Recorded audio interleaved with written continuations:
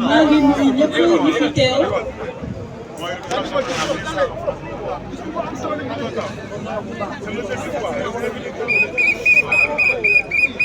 Mesdames et messieurs, Monsieur le maire, honorable délégué de quartier, respectés guides religieux, imams et curés, chers membres du collectif suivi foncier de Grand Yoff, chère population de Grand Yoff, du Sénégal, de la diaspora et des Badiane Gor, nous vous souhaitons la bienvenue et vous témoigner toute notre gratitude pour l'attention que vous portez à notre égard. Aujourd'hui, notre marché est menacé de déguerpissement par la DSCOS sans en informer la collectivité locale. Le marché de Bignona à Dakar est spécialisé dans la filière porcine à travers l'élevage et la vente de viande de porc existe depuis les années 60. Il est initialement établi au niveau du site actuel de l'hôpital général de Grand Yoff, à une époque où cette partie de la ville de Dakar était encore constituée de broussailles et de bousquets. Il faut rappeler que Bignona est générateur d'emplois. Il a permis la création de divers corps de métier.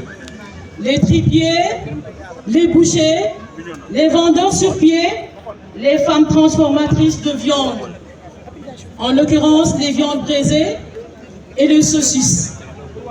Au sein de ceux qui s'activent dans ce domaine, nous dénombrons plusieurs personnes diplômées qui se sont réorientées dans l'activité commerciale de la viande de porc.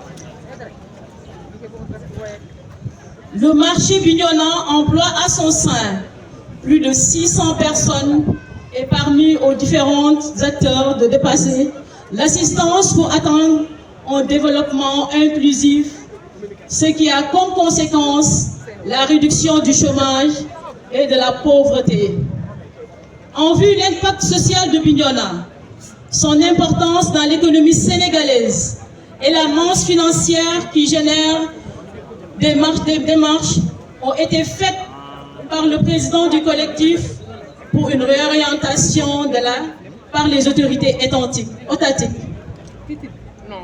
Le sens de notre combat porte sur la suivi de plusieurs centaines de familles à travers les acteurs directs et indirects du marché bignonais, liés par une chaîne de production et de valeur. Jusque dans le village le plus reculé du Sénégal, faire partir le marché bignonais, c'est anéantir une filière aux impacts socio-économiques et incalculables.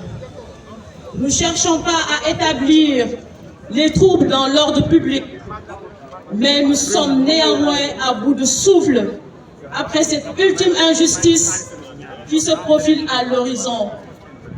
En conclusion, nous tenons à rappeler que nous sommes disposés à faire toutes les démarches ultimes et nécessaires avec votre aide pour faire finir cette injustice.